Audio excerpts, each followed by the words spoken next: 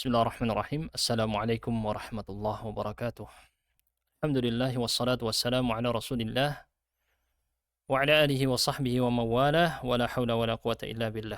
Amma ba'd. Teman-teman sekalian, sekarang kita akan menyampaikan tentang athar yang kelima, yakni athar Abdullah bin Umar yang memerintahkan tabarruk dengan wadi sebuah lembah. Sebenarnya bukan tabarruk dengan wadi ini, tabarruk dengan pohon ya. Gus Ajri ini koreksi untuk file materinya ini kurang tepat ya. Yang di situ teksnya adalah disuruh ke pohon itu, bukan ke wadinya, bukan lembahnya. Lembahnya cuma jadi patokan itu ya untuk lokasinya.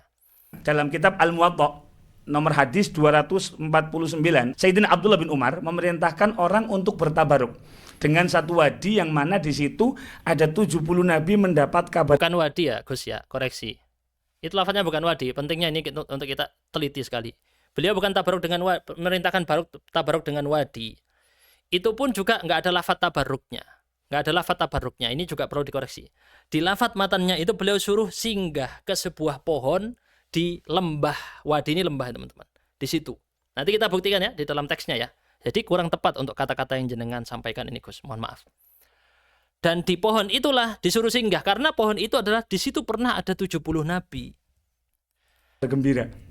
Singkat cerita, ketika menjelaskan hadis ini, Shahibut Tamhid Al-Imam Ibnu Abdul Bar dalam syarah Muwatta'nya At-Tamhid ya, beliau mengatakan hadis ini adalah dalil diperbolehkannya mengambil berkah dengan tempat para nabi dan orang-orang soleh serta maqamatihim. Ya, ini baru kemudian penafsirannya Ibnu Abdul Bar tanpa mengurangi kedudukan dan kehormatan beliau. Tetapi kalau lihat pada teksnya Abdullah bin Umar, tidak ada kata tabarruk sama sekali atau kata barokah sama sekali, tidak ada. Nah, tenang dulu, jangan langsung terpancing dulu dari sini ya. Kita mari lihat penjelasan berikut ini ya. Kita lihat riwayat-riwayatnya. Perhatikan, riwayatnya di sini akan kita sebutkan semuanya di jalur berikut. Teman-teman bisa lihat tampilan seluruh sanadnya. Saya tampilkan ada 5 versi. Ya. Ada 5 versi. 5 jalur. Di 5 versi ini semuanya tidak ada lafadz Ibnu Umar menyuruh dia singgah di lembah Suror atau di pohon tadi. Nggak ada. Cuman jalurnya Imam Malik bin Anas di kitab Al-Muwatta saja. Dari sini sudah terlihat ada kemungkinan syudzuz, janggal. Karena yang lain tidak meriwayatkan itu. Oke ya, itu satu poin. Bukan Imam Maliknya. Yang mungkin nanti itu masa antum suudzon pada Imam Malik loh, bukan gitu cara menilai dalam menilai kredibilitas ya. Jadi menilai validitas sanad bukan menilai validitas sanad bukan seperti itu. Bisa jadi masalahnya ada pada 2 orang yang tidak dikenal di atasnya Imam Malik ini, Imran dan juga Muhammad bin Imran. Nah, kita akan bahas lebih detail insyaallah sebentar lagi. Nah, kita perhatikan dulu dari riwayatnya Imam Malik. Ini versi yang ada perintah singgah di pohon tempat lahirnya 70 nabi. Bahwa Muhammad bin Imran, ayahnya Muhammad bin Imran, namanya Imran al-Ansari. Dia berkata, Abdullah bin Umar datang padaku saat aku singgah di bawah sebuah pohon besar, sarhah. Ada pohon besar. Ini bahasanya sarhah. Kemudian Ibnu Umar tanya, kenapa kamu singgah di pohon ini? Ya aku ingin bernaung saja. Apa nggak ada alasan lain? Nggak ada, cuma itu saja. Kata Ibnu Umar, Rasulullah bersabda, ini pakai marfu' ya dari Rasul. Kalau kamu datang, berarti ini perintahnya perintahnya dari Ibnu Umar, tetapi lafadznya ini yang dari Nabi. Kalau kamu berada di antara 2 gunung Mina, mengisyaratkan sana dengan menunjuk tangan ya. Di sana ada lembah, wadian, yuqalu lahu Suror. Lembah namanya Suror. Di sana ada pohon besar, di bawahnya ada 70 nabi yang dipotong tali pusarnya, alias dilahirkan di situ. Nah, dipotong tali pusar maksudnya dilahirkan ya. Makanya dijuluki As-Suror. Dari kata sur yang artinya adalah tali pusar bayi. Sebagian disebutkan Syarah Az-Zarqani untuk Muwatta Imam Malik. Nah, sudah tergambarkan dengan jelas dari cerita ini ya. Beliau memerintahkan atau menganjurkan untuk singgah di sana, walaupun secara tidak terang-terangan. Riwayat Abu Ya'la tanpa ada perintah. Ini sebenarnya kata-kata perintah kurang tepat nih, boleh saya koreksi nanti ya. Anjuran mungkin istilahnya. Tidak ada kata anjuran dari beliau untuk singgah di sana, tidak ada. Di mana riwayatnya Abu Ya'la? Enggak ada. Kemudian juga riwayatnya Yahya bin Ma'in, enggak ada. Cuman disebutkan di situ ada 70 nabi yang di sini terjemahnya masalah nih ya. Surra, disenangkan. Ini tafsiran yang lain, bisa diarti disenangkan. Ini maaf, terjemahannya kurang tepat.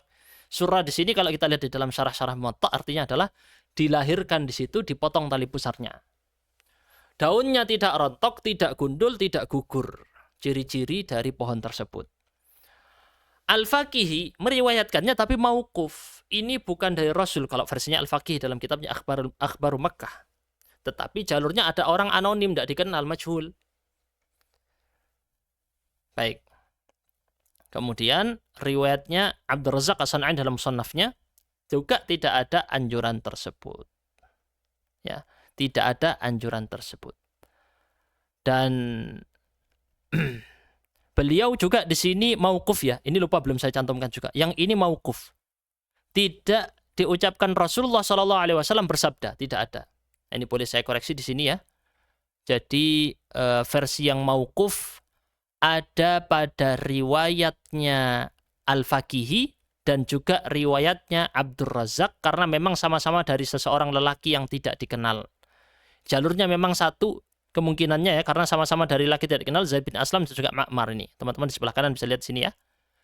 Di sini bukan hanya tidak ada lafadz Ibnu Umar memerintahkan atau menganjurkan singgah di semua riwayat ini, kecuali riwayatnya Imam Malik, tetapi juga Al-Faqih dan Abdul Razzaq menyebutkan ini bukan ucapan Rasul, tapi ucapannya Ibnu Umar. Ini boleh saya tambahkan ya di sini ya nanti ya. Atau saya sekarang deh, bentar saya izin. Waduh kalau sekarang ini agak, mohon maaf teman-teman, saya edit supaya nggak lupa ini.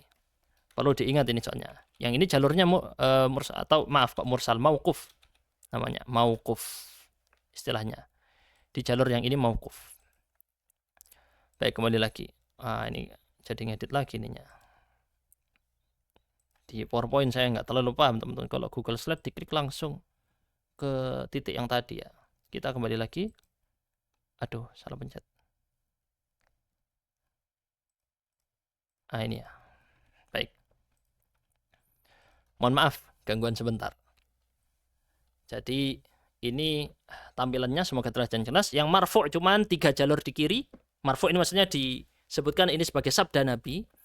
Sedangkan yang mauquf 2 di kanan. Tetapi anjurannya itu dari Ibnu Umar sendiri, bukan sabda Nabi. Jadi di dalam teks yang disebutkan tidak ada ya anjuran untuk singgah. Hanya menyebut di sana ada lembah tersebut, ada pohon, di situ dilahirkan 70 nabi. Itu saja yang disebutkan. Tetapi tidak disebutkan ada anjuran dari Rasulullah atau Ibnu Umar secara tekstual, nggak ada. Secara apa istilahnya, eksplisit, nggak ada. Kalau difahami dari narasinya yang datang dalam riwayat Imam Malik, iya ada. Sehingga itu kemudian memunculkan istimbat dari Ibnu Abdil Bar tentang dalil bertabaruk dengan tempat-tempat para nabi. Datang ke tempat-tempat yang di situ dulu ada para nabi. Baik, lengkapnya sebenarnya sudah saya bahas di video yang mengkritik Ustadz Faris Baswedan. Teman-teman bisa tonton di situ juga lengkap. Tapi di sini saya coba sempurnakan lagi karena di situ masih ada kurangnya ya. Ada salah dalam menyebut karena ketahuan setelah kita lihat di dalam riwayatnya Yahya bin Ma'in yang dimaksud, dan ini diperselisihkan oleh para ahli hadis tentang hadis ini ya. Pada berselisih siapa yang dimaksud dengan yang namanya Abdullah bin Dzakwan. Abdullah bin Dzakwan yang mana yang dimaksud? Terungkap ternyata dia adalah Abu Zinad. Ini kalau nggak salah Al-Busiri juga menjelaskan tentang ini dan menyebutkan tentang kalau dia Abu Zinad maka riwayatnya sahih atau semacam itu ya. Al-Busiri menyebutkan ini dalam kitabnya, saya lupa Ithaful Maharat apa itu ya.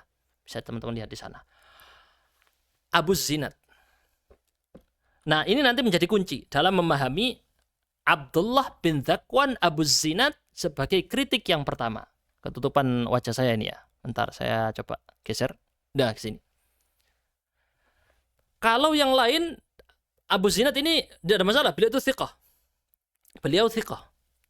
Dengan Abdullah bin Dzakwan yang lain itu yang bermasalah. Yang kayaknya itu saya singgung di video sebelumnya ya. Masih saya bingung. Kalau nggak salah ini ya, saya ragukan untuk bingung. Ini Abdullah bin Dzakwan siapa? Karena para ulama ahli hadis dalam membahas sanad ini, mereka juga memberikan kemungkinan ini apakah Abu Zinad atau bukan. Ternyata alhamdulillah Allah berikan kemudahan untuk menemukan riwayatnya Yahya bin Ma'in dan tertemukan di sini lafadznya Yahya bin Ma'in di sini pakai kata Abu Zinad. Dan terungkap berarti dia adalah Abdullah bin Dzakwan Abu Zinad. Tetapi walaupun beliau thiqah, beliau tidak pernah melihat Ibnu Umar atau tidak pernah mendengar Ibnu Umar sebagaimana disebutkan dalam Al-Marasilnya Ibnu Abi Hatim halaman 111 nomor 107 nomor berapa itu? 177. Kedua yang menjadi tadi ini kritiknya yang pertama ya, terputus antara Abdullah bin Dzakwan yang sebelah sini ini jalurnya sudah terputus. Jalurnya Abu Ya'la, jalurnya Yahya bin Ma'in terputus. Abdullah bin Dzakwan tidak pernah bertemu Ibnu Umar. Berarti ada periwayat lain di sini sebelum Ibnu Umar. Siapa dia? Bisa jadi orang tersebut adalah lelaki tidak dikenal yang disinggung di sini oleh Abdul Razak dan Al-Faqih ini jalurnya ini. Bisa jadi. Tidak tahu. Ataukah jangan-jangan sebenarnya lelaki tidak dikenal itu satu orang yang sama karena kejadiannya satu orang. Wah, berarti tersambung semua ini ya. Masya Allah. Berarti yang dimaksud ini adalah satu orang, lelaki yang tidak dikenal. Bisa jadi Imran Al-Ansari dan Abdullah bin Dzakwan ini yang terputus dengan Ibnu Umar. Yang dimaksud terputus itu ada orang antara beliau dengan Ibnu Umar yang tidak disebut di dalam sanadnya. Mungkin itu adalah Imran Al-Ansari. Karena kisahnya ini merujuk pada satu orang yang sama. Kejadian ini bukan terulang berkali-kali, enggak. Ini kejadian pada satu orang. Wallahu a'lam bishawab, kita tidak tahu hakikat yang sebenarnya, tapi itu adalah usaha yang kita sampaikan ketika mempertemukan semua riwayat ini. Kemungkinan adalah dia sosoknya Imran Al-Ansari. Menjadi satu. Riwayatnya Imam Malik juga semuanya. Cuman bedanya ya jalur yang ini terputus ya. Ini kelihatannya seolah-olah bukan satu ya. Seolah-olah jadi 3 jalur. Tapi ternyata sebenarnya madar pusatnya kembali kepada Imran Al-Ansari. Kembali semuanya kepada Imran Al-Ansari. Kemudian juga ada kritik yang kedua. An-anahnya Al-A'mash. Di sini Al-A'mash tidak tasrih bersama. Saya sudah jelaskan sebelumnya tentang Al-anah. Seorang Al-A'mash yang dari tabaqah ketiga di Tabaqatul Mudallisin. Beliau tidak bisa diterima riwayatnya kecuali sampai menjelaskan bahwa beliau benar-benar mendengar riwayat itu menggunakan lafaz yang tasrih bis sama. Sebagaimana ditetapkan kecuali pada orang-orang tertentu sebagaimana disebutkan oleh Az-Zahabi dan juga Ibnu Hajar. Yang kita singgung di riwayatnya Malik Ad-Dar ya, ini saya jelaskan dengan detail di dua video saya tentang Athar Malik Ad-Dar, teman-teman bisa tonton di sana. Kritik yang ketiga, nah ini jadi penting, jadi akar utama dari semua jalur sanad ini adalah poin di kritik ketiga. Muhammad bin Imran dan ayahnya ini tidak dikenal. Ibnu Abi Hatim dan Al-Bukhari menyebutkan tetapi tidak menyebutkan jarah, tidak pula dengan ta'dil.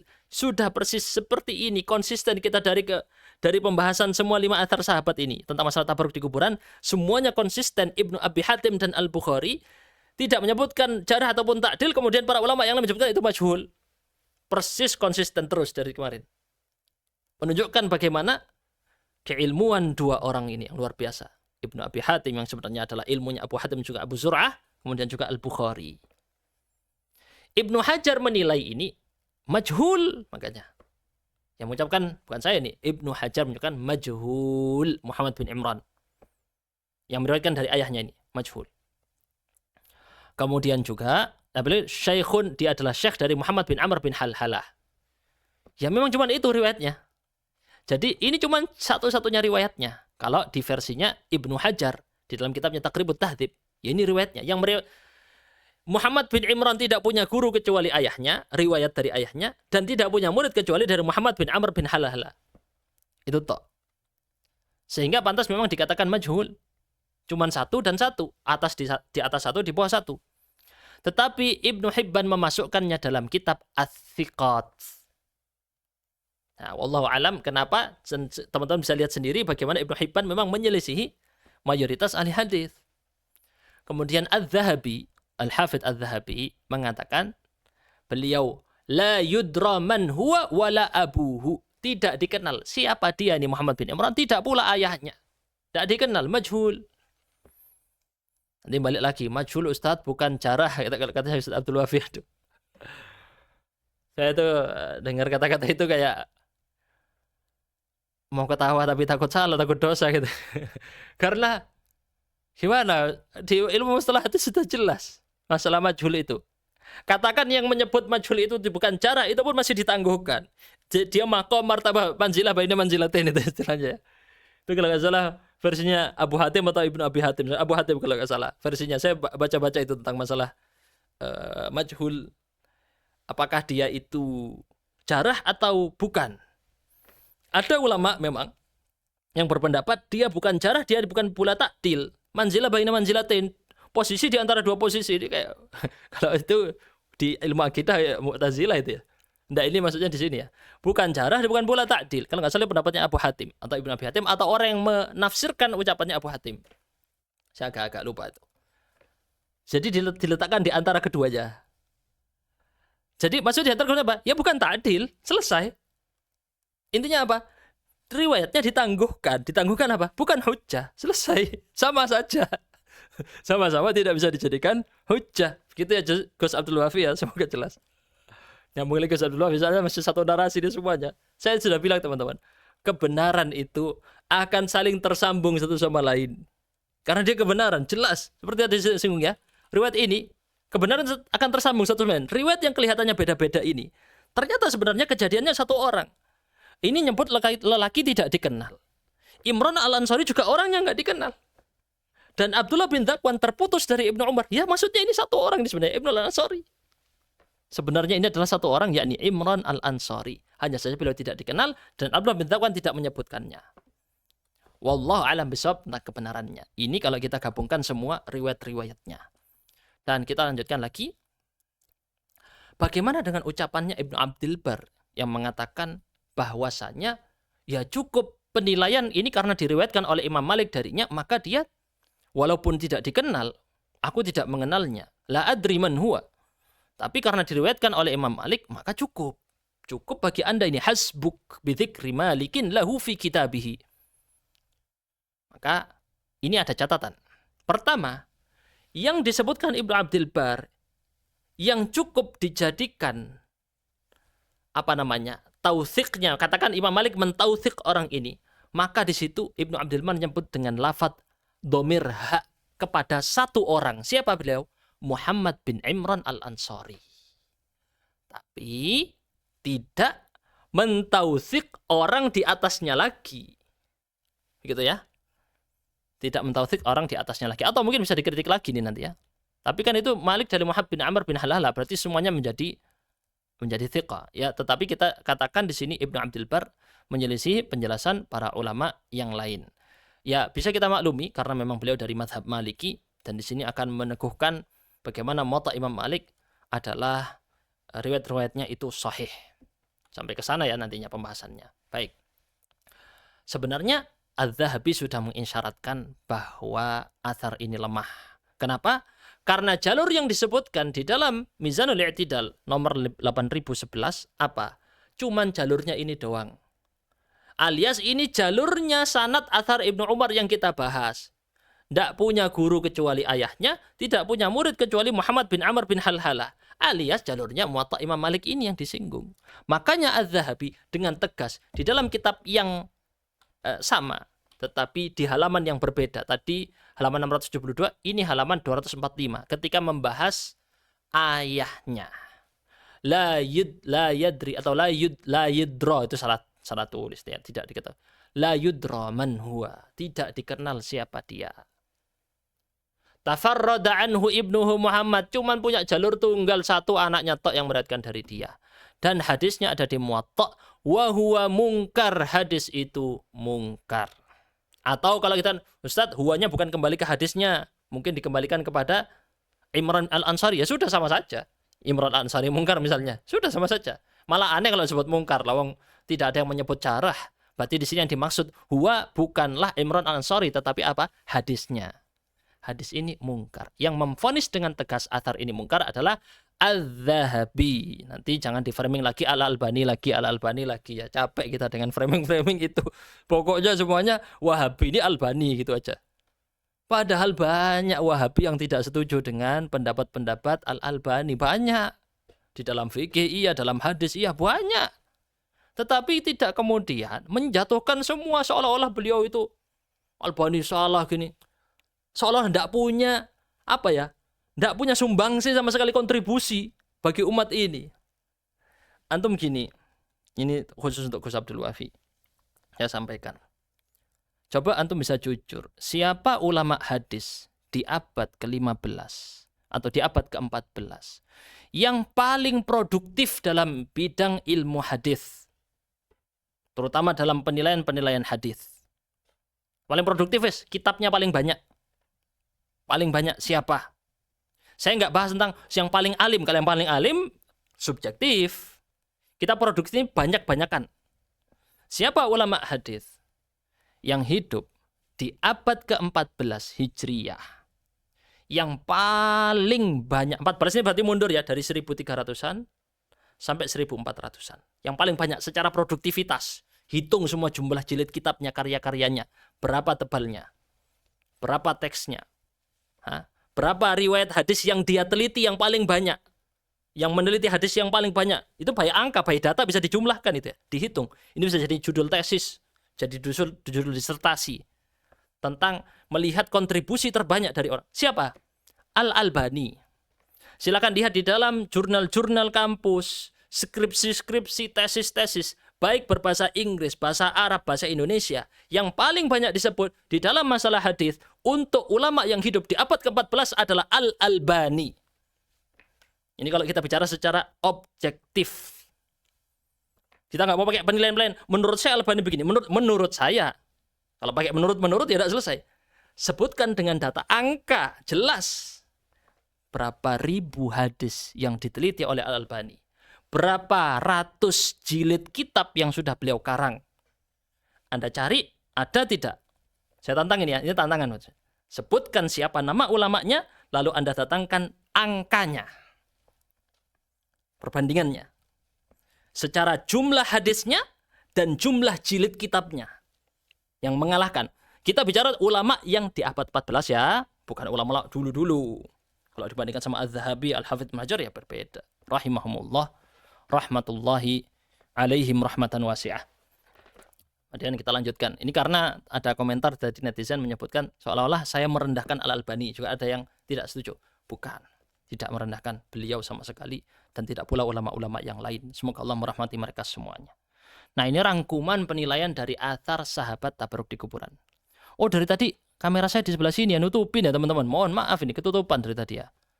Dari tadi ketutupan saya. Gak masalah kan ya? Oh, teks Arabnya. Kayaknya banyak yang gak baca teks Arabnya, baca Indonesianya kayaknya yang nonton ini. Rangkuman penilaian athar sahabat tabarruk di kuburan. Rangkumannya ya, dari 5 riwayat ini.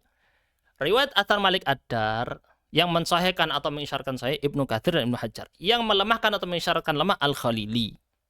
Oke ya. Alasan ini saya cuma sebut ulama-ulama zaman dulu. Kalau ulama-ulama kontemporer zaman sekarang, termasuk tadi seperti Profesor Bashar Awad, Al-Arnaud dan seterusnya, ya akan ada di posisinya Al-Albani di sebelah kanan semua ini. Tapi kita tidak mau menyebut yang ulama-ulama kontemporer. Ini semuanya ulama-ulama zaman terdahulu. Lupa saya belum cantumkan tahun wafatnya ya. Terus alasan-alasan kenapa athar ini lemah ada banyak sebenarnya, tapi saya fokuskan kepada poin-poin yang di kanan ini. Jika poin-poin di kanan ini dapat tertangani sehingga tidak dikategorikan itu, maka bisa disebut riwayatnya adalah sahih. Tetapi kita sudah pembuktian dengan banyak sekali, ini filenya 100, hampir 200 halaman ya, file yang ini tok saja, belum file-file yang video-video kemarin. Di total ini 300-an lebih, bahkan mungkin hampir 400 halaman semuanya yang kita sampaikan. Insya Allah kita bukukan ya suatu saat. Jadi buku khusus tentang masalah penelitian riwayat-riwayat para sahabat Nabi. Ya, semoga Allah panjangkan umur saya dan juga teman-teman semua di atas ketaatan kepada Allah untuk bisa menuntaskan tugas tersebut. Yang semoga menjadi amal yang berkontribusi untuk umat. Baik, lanjut atharnya Aisyah. Tidak ada yang mensahihkan, yang dinukil oleh Gus Ajir adalah ta'liq dari muhakkik, dan itu kita tidak pakai ya. Karena ini kita sebut ulama-ulama terdahulu, bukan kontemporer. Dan yang melemahkan, jelas Ibnu Taimiyah menyatakan lemah. Yang disebut riwayatnya Muhammad bin Zabalah dalam kitabnya Al-Istighath Ar-Radd 'alal Bakri. Alasan utama kelemahannya jelas sudah kita sebutkan. Sa'id bin Zaid, Ibn Dirham, Amr an-Nukri, terputus antara Abu Jauza dengan Aisyah. Apalagi yang Malik Ad-Dar sudah kita jelaskan. Ada kritik irsal antara Malik Ad-Dar dengan Abu Saleh. Malik Ad-Dar juga majhulul hal. jelaskan dengan banyak pembuktiannya. Ada 4 ulama hadis yang kita bawakan buktinya dari 4 ulama hadis terdahulu. 2 terdahulu dan 2 belakangan. An-anahnya Al-A'mash cuma dia juga syadz, menyelisih riwayat-riwayat yang lain, yang dari jalur yang lain-lain. Kemudian juga atharnya Fatimah, tidak ada yang mensahihkannya. Justru yang mengatakan tidak sahih adalah Az-Zahabi. Az-Zahabi menyatakan tidak sahih dalam kitab Syarah Al-Mubalagh kalau nggak salah ya. Alasannya kenapa? Ya karena di situ terputus sanad. Itu salah tulis ya, bukan di 2 generasi, 1 generasi salah ya. Dan ada 3 riwayat yang majhul secara berturut-turut. Riwayatnya Abu Ayyub disahihkan oleh Al-Hakim dan Az-Zahabi, tetapi tidak bisa diterima secara mutlak sebagaimana ucapannya Ibnu Shalah dalam kitab Muqaddimahnya, untuk apabila jika Al-Hakim mensahihkan sendirian di zamannya atau dengan ulama sebelumnya, bukan dengan Az-Zahabi, maka harus dicek lagi. Dinilai hasan kecuali apabila ada illah yang tampak, ada cacat yang tampak, maka tidak bisa diterima, dia menjadi dhaif. Itu kata Ibnu Shalah dalam kitabnya An-Nukat. An-Nukat. Muqaddimahnya salah sebut. Yang melemahkan siapa? Ibnu Hajar Al-Haytami dan Nuruddin Al-Haythami. Saya lupa, kurang satu lagi di sini. As-Subki menangguhkan. As-Subki, nggak perlu kita sebut. As-Subki menangguhkan riwayat ini. Alasan utama kenapa? Ada 3 periwayat yang majhul. Di situ Al-Kathir bin Zaidnya lemah. Jalur sendiri tidak bisa memenuhi syarat. Ahmad bin Rushdin tervonis pendusta ya. Dan beberapa kriteria yang lain ya. Ini yang paling penting-pentingnya. Riwayat Ibnu Umar yang barusan kita sebutkan. Yang mensahihkan siapa? Ibnu Hibban. Maaf, ini belum saya sebutkan ya. Tapi kita tulis di sini saja. Ibnu Hibban yang mensahihkan. Yang mengatakan mungkar Az-Zahabi. Mungkar kata beliau. Kemudian alasan utama kenapa dia adalah riwayat yang lemah. Terputus sanad antara Abu Zinad dengan Ibnu Umar. An-anahnya Al-A'mash. 2 periwayatnya majhul, Muhammad bin Imran dan juga Imran Al-Ansari ayahnya. Semoga dengan ini bisa merangkum semuanya bahwa seluruh athar-athar sahabat yang dibawakan oleh Gus Ajir di dalam perdebatan atau diskusi penuh mawaddah dan rahmah itu, Masya Allah, adalah riwayat-riwayat yang terkritik. Bukan dengan 1-2 kritik, tapi banyak sekali kritiknya. Sehingga mau dilepaskan dari 1 kritik, masih banyak kritik yang lain. Jadi ini tidak bisa dijadikan hujjah untuk membenarkan tabarruk di kuburan dengan tata cara yang disinggung. Jadi tabarruk di kuburan ini masih umum nih. Perlu diperinci lagi apa yang dilakukan di dalam tabarruk di kuburan. Apa? Sebutkan. Baru kita hukumi satu persatu. Makanya itu bukan lompat-lompat, itu penjelasan. Karena perlu jelas, tabarruknya ngapain dulu? Tabarruknya ada joget-joget misalnya, beda. Ada yang tabarruk joget-joget, ngangguk gitu. Orang, ini saya bicara yang di video saya membahas tentang orang Yahudi tabarruk di kuburan itu ada yang ngangguk gini, joget-joget, nyanyi-nyanyi. Nah, itu yang saya singgung. Baik, alhamdulillah dengan ini maka tuntas. Semoga bisa memberikan manfaat buat teman-teman semua yang menonton. Saya akhiri di sini. Apabila nanti ada bantahan-bantahan lagi, saya sebenarnya tidak tertarik untuk berjilid-jilid membantah. Semuanya sudah jelas, terang benderang. Masih perlu penjelasan lagi ini. Yang melemahkan atharnya nanti sebut Al-Albani. Tidak ada Al-Albani di sini. Tidak saya tulis di sini. Sangat cinta dengan Al-Albani, luar biasa ya. Saya suka sekali. Jadi wirid Al-Albani jadi wirid itu. Baik, alhamdulillah maka ini sudah jelas semuanya. Semoga bermanfaat buat teman-teman. Mohon izin saya di sini kalau nanti ada pembahasan yang lain tentu bisa membahas tema-tema yang lain, tapi untuk tema ini saya pikir sudah cukup sekali.